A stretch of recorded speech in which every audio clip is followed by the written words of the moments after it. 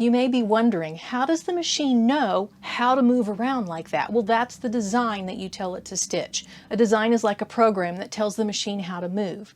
And designs come on your machine. It will come with some preloaded designs.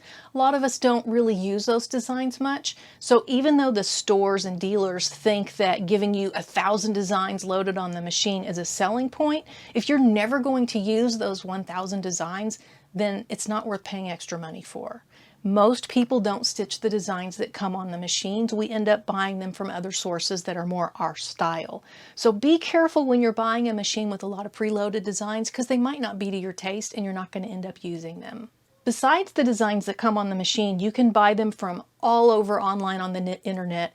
Digital files get downloaded to your computer, and then you take a USB stick and put that over to the machine. There are machines that also use Wi-Fi now instead of a USB stick, but the USB stick is still the standard right now. And then once you put that file on your machine, it knows how to move around and do everything it needs to do. Okay, fine. So you can buy these designs on the internet, but what if you want your own custom design? This is where it gets tricky and people make a mistake, because people buy an embroidery machine thinking that they can stitch all their own custom designs, only to find out that is not how it works.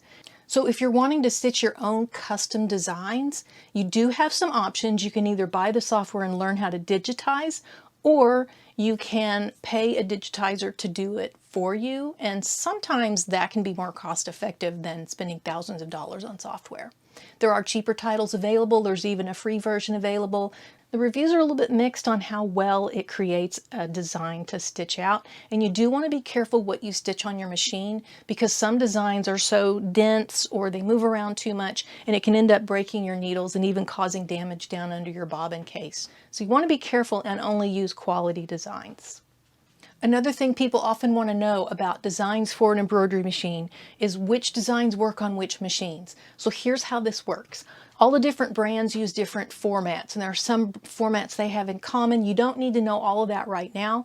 What you do need to know is when you buy a design online from a digitizer, they are probably going to offer a whole bunch of different formats so that all the different brands of machines are covered. All the newer machines are easily covered, and a lot of us, like myself, we even make sure that some of the older machines are covered as well. So it is unlikely that you won't be able to find your format, whatever machine you end up buying.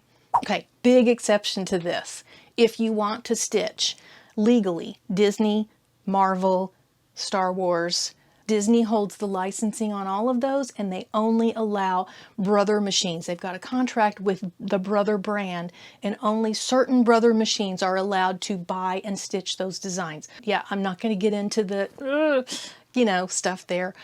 But if you do want to stitch legally Disney, Marvel, Star Wars, you should go and look at Brother machines. That really narrows your choices down a lot. And that is a lot of people who want to do those designs. And then there's other people like me who have no use for that at all, and I just want to do other stuff. So I feel like that's worth mentioning, because if you are doing this for children and you want those designs, you only have one brand to look at.